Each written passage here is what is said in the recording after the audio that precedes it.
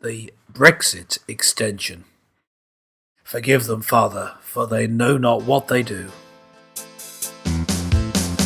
Hello and welcome to the show. Colourful conversations with clergyman Pete and businessman Mark. Yep. This week we debate Brexit extension and the return of Nigel Farage.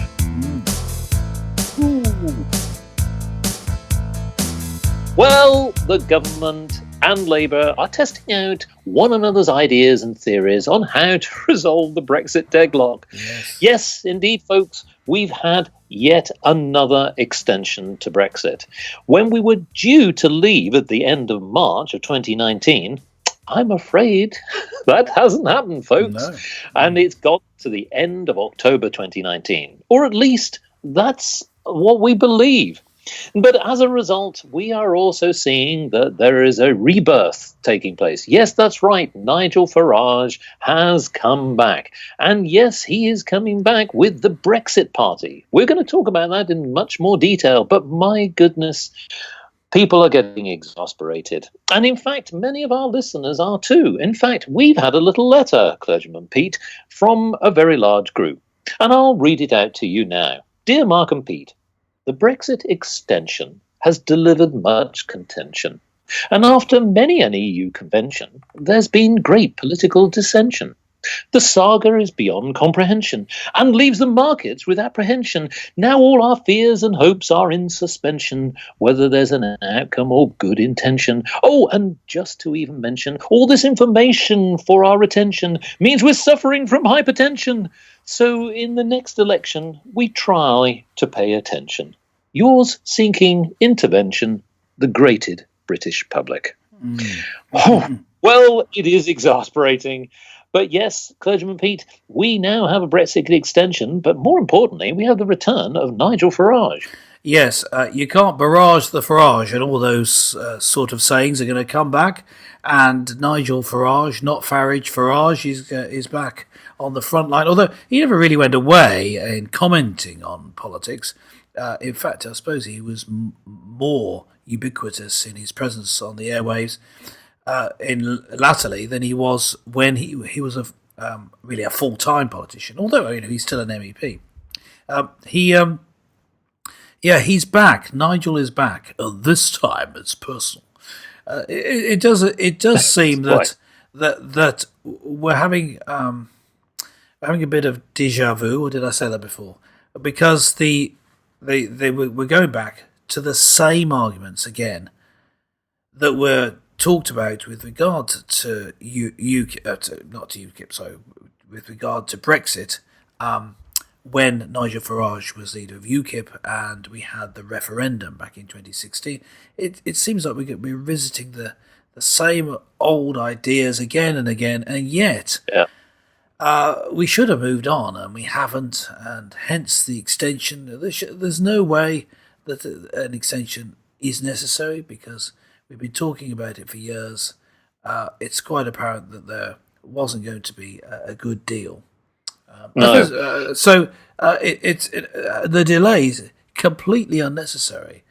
But maybe bringing Nigel Farage back on the scene is a good thing. Well, it is remarkable, isn't it, that the grated British public, as I referenced, are getting more and more exasperated. And I saw a reference at the fact that, in the next election, they should try and pay attention to the real issues.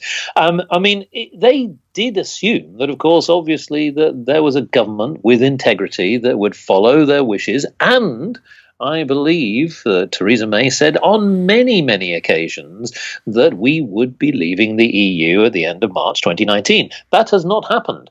Who do we now believe? Well, of course, as a result, Nigel Farage has come back onto the political scene with an impressive number of candidates, 70 candidates for potential elections. Now, this includes the sister of Rees-Mogg, yes, and I think I just want to also ask you, Clergyman Pete, your thoughts on the future of the Brexit Party. Now, the reason I say that is that at this moment, any political party has its moment. But is this something that's actually going to work? And although Nigel himself is the real driving force behind this, do they really have a future? Is this actually now where, in their views, that actually it's shaking up British politics and it's time for a big change? Are we now seeing that it's no longer just words in political rhetoric? Is actually something that's going to happen? Could the Brexit Party break the stranglehold of Labour Party and Conservatives? Well, business remark. Do they have a future? There are a few different pressures, which I don't know if the listeners are aware of, which have been exerted on political parties that mean that it's stronger in one way and weaker in other, the new Brexit Party. Of course, it's such an early stage, it's difficult to tell what a presence it will have and even how well it will do in the European elections, if they occur. Well, at the moment, they're going ahead because we haven't left the EU. These are the two things I'm talking about. One pressure is this. UKIP, which held that sort of ground as the Brexit Party, UKIP, has, in Nigel Farage's words, taken a lurch to the right. In actual fact, what it's done is taken up criticising, correctly, over the over-representation of Muslims in immigration into the country, and the maybe not the majority, but a large number, a plurality, let's put it that way, of Muslims in the country are in support of things that the rest of the country would find abhorrent, making homosexuality not only seen as sinful but illegal and punishable. The need to use violence, for example, car bombing, etc., to bring people and the culture into line with Sharia law. These sort of views are not the majority of British Muslims, but they are a large number, a large percentage. Surveys vary, but certainly it's millions of them. Now, UKIP, as I say, has been pointing that out. That's a strategic error, I believe, and Nigel Farage has rightly pointed that out. So that's in favour of Brexit, the Brexit Party replacing UKIP to a large extent. But the pressure the other way is that some young YouTubers, Paul Joseph Watson and Carl Benjamin, better known by his channel name of Sargon of Akkad, have put in their lot with UKIP, and Carl Benjamin is running as an MEP for UKIP. Is that going to bring the youth vote? Well, the two pressures either way. My judgment is that the youth vote is generally, sadly, in favour of staying in the EU. They're the majority of the Ramonas, people who go on about not accepting the result of the first referendum in 2016, tend to be young, and UKIP followers not necessarily long, but the majority on the youngish side, younger than us certainly. And so I think that the Brexit Party has leapt into a gap that it's been left, which is a moderate Brexit Party. So all that is to say, a lot of verbiage to say, yeah, I think it's got a future. Well, in actual fact, Nigel Farage went on record when he was talking about actually the difference between the Brexit Party and UKIP. And he said in an interview, in terms of policy, there's no difference to the UKIP party than what the Brexit Party are trying to offer. But in terms of personnel, there is a vast difference. Now, the UKIP did struggle, in his words, to get enough people into its realm. But unfortunately, it found what it's chosen to do is also to allow the far right to join it and to take it over. And in his view, he was afraid that the brand is now tarnished. Now, he promised that the Brexit Party would be deeply intolerant of all intolerance and would represent a cross-section of society. Now, that's good, but coming back to the point about Brexit extension, if the purpose, presumably, is to get us out of Europe, How do you think that Nigel Farage and his followers are going to do that when Theresa May, and I'm going to even throw in all the other parties as well, still have failed to come to any agreement? So my worry here is, and from a business perspective, we'll talk about that as well, is if you are a business person and you're looking ahead to October, you've got a few choices on your plate, which is, if we are promised that we're going to get out of Europe, can somebody like Nigel Farage and the rest of the government come to a decision? Is that going to be possible? Because if not, it leaves businesses with a lot of uncertainty. Yes. And they've already, at this moment in time, incurred significant cost. Why? Because some businesses, rightly or wrongly, took the view and trusted the government and actually said, we're going to leave, we're going to come out at the end of March. And as a result, stocked up a lot of materials in anticipation that they were going to have to pay a bit more.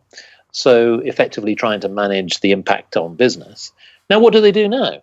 Do they now wait to the end of the year and do it again, stockpile again? Yes. Or what do they do? So we're now in a situation where we've got Nigel Farage saying he's going to champion the cause, but what influence is he going to have? Well, I can't see where it's going. Well, that was the question I was going to ask you from the business point of view. Let me put it to you in sort of general terms. Then, is the uncertainty more damaging to business than the problems of of having maybe slightly higher tariffs for coming out with WTO rules? Would it have been better for business to have a definite date and then come out? There are always going to be people who have different and conflicting views, but this is my view, and this is a general consensus. Whichever sector you're in, particularly if you're in manufacturing, but I think it affects service-based industries as well, what you need is certainty. If you don't know what you're dealing with, then you've got a problem, because you hedge your bets. The situation was very similar going into March, which was the politicians had left this whole saga to such a late point that businesses had to gamble either to do nothing. For those who did, you could argue they've had a little bit of a respite, but they've got another extended deadline. It's October the 31st. Okay, but a large percentage of small, medium, and large organizations, your point of view is clear policies, clear way forward so that businesses can plan. So, Nigel Farage, we're looking for you to come up with a solution. And maybe the Brexit Party is our hope. What do you think, Clergyman P? Well, business and market, yes, that's interesting to hear it from a business point of view, because I think from a religious point of view, from a spiritual point of view, there's a big problem with the EU in general. It's its whole approach.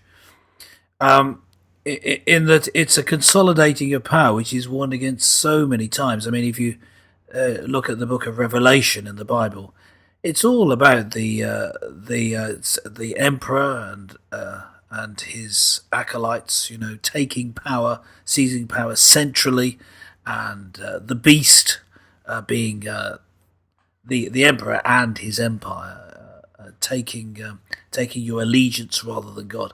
And this overweening power of the EU has caused. Many of our fans who are over in America have commented to me via Facebook and Twitter, on our social media, that they can't understand how any Christian, a British person, would think that they could stay in the EU. That's partly because of the largely secular governments and anti-Christian attitudes of governments in European countries, but also the way the EU is run in an anti-democratic way.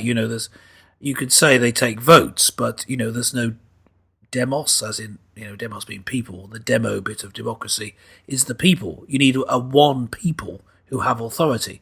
The people don't have authority. The unelected council is the one that sets the agenda. And it's the rules, I suppose, which have the authority, rule after rule after rule. Whereas in Britain, of course, where we have a case law way of looking at rule, you basically have freedom unless there's a rule. the EU way of looking at it. You've got to have a rule for everything, and you must do what it says.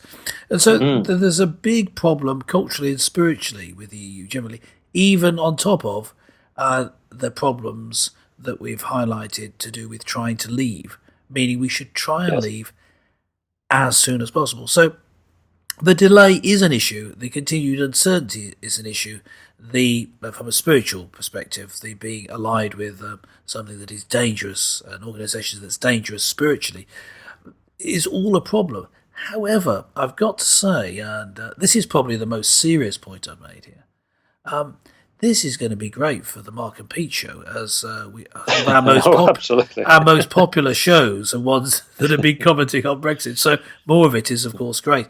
But the reason it's great for the show is because such bad things happen. Because, comment on bad and traumatic situations are more interesting than just saying, "Oh, everything's great," isn't it? So obviously it's because bad things are happening, and I don't want to minimise that. I think that, as you were saying, the uncertainty is really going to play havoc with business, and it's if it's 6 months, if it's years of it, as is also possible, years, and then we actually remain in the end.